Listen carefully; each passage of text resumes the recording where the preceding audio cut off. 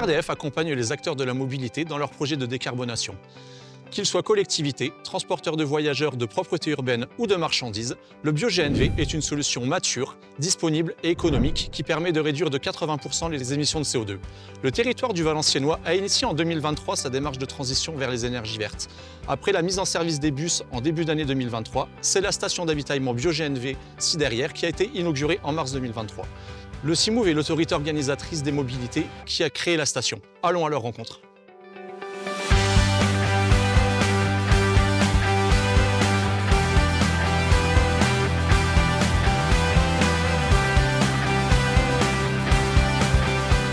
En arrivant ici au CIMOVE, j'ai pu constater que le GNV, c'était peut-être une des solutions pour remplacer le diesel. Et à partir de là, la question s'est posée, est-ce que c'est la bonne solution? On a commencé par le bio-GNV. À l'instant T, nous avons une vingtaine de bus bio-GNV. De plus en plus, on entendrait parler du bio-GNV.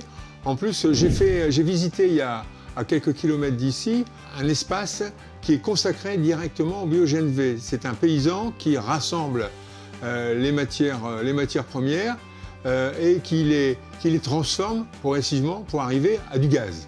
Évidemment, je me suis posé la question, est-ce que c'est applicable ici? Est-ce qu'on va pouvoir accumuler, admettre ici même sur le site de Saint-Saulve le gaz bio-GNV?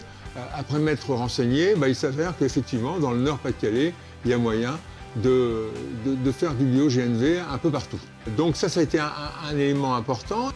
Très rapidement, on a comparé le coût du bio-GNV avec celui du diesel et on s'est aperçu que le bio-GNV, ça a d'autres avantages, notamment au niveau environnemental. On a un produit qui est peu polluant, qui est moins cher, qui est très silencieux et donc c'est des plus par rapport à nos passagers et par rapport à la politique que l'on veut mener.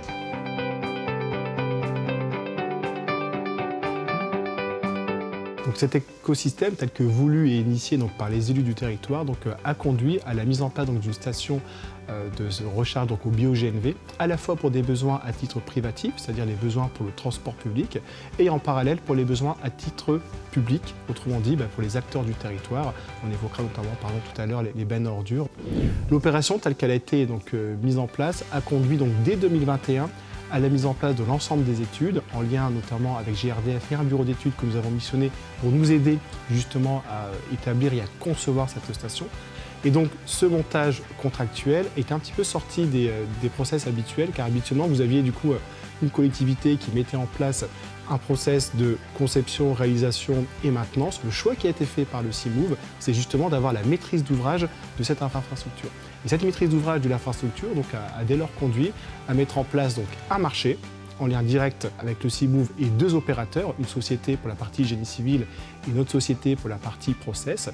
Et ensuite, dans un second temps, une société en charge d'exploiter cette station au bio-GNV. Cette opération a été réalisée grâce au soutien de l'Europe, dans le cadre de fonds européens, où la partie privative a été financée à hauteur de 70%, dans le cadre de fonds européens portant justement ce qu'on appelle le REACT-EU.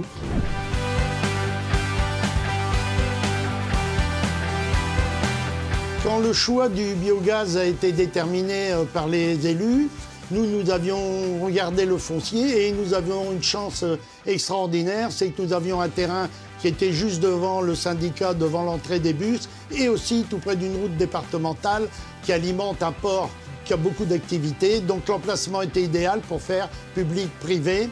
En plus, il y avait les BOM, les bennes à ordures ménagères, qui devaient changer de contrat. Et dans le nouveau contrat de l'agglo, ils ont demandé des véhicules propres.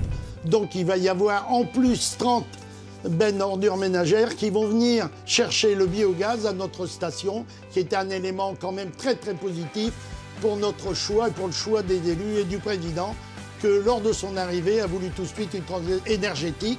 Et il y a une différence de prix énorme entre un bus biogaz, un bus électrique ou hydrogène. Donc le choix était aussi un choix économique très important.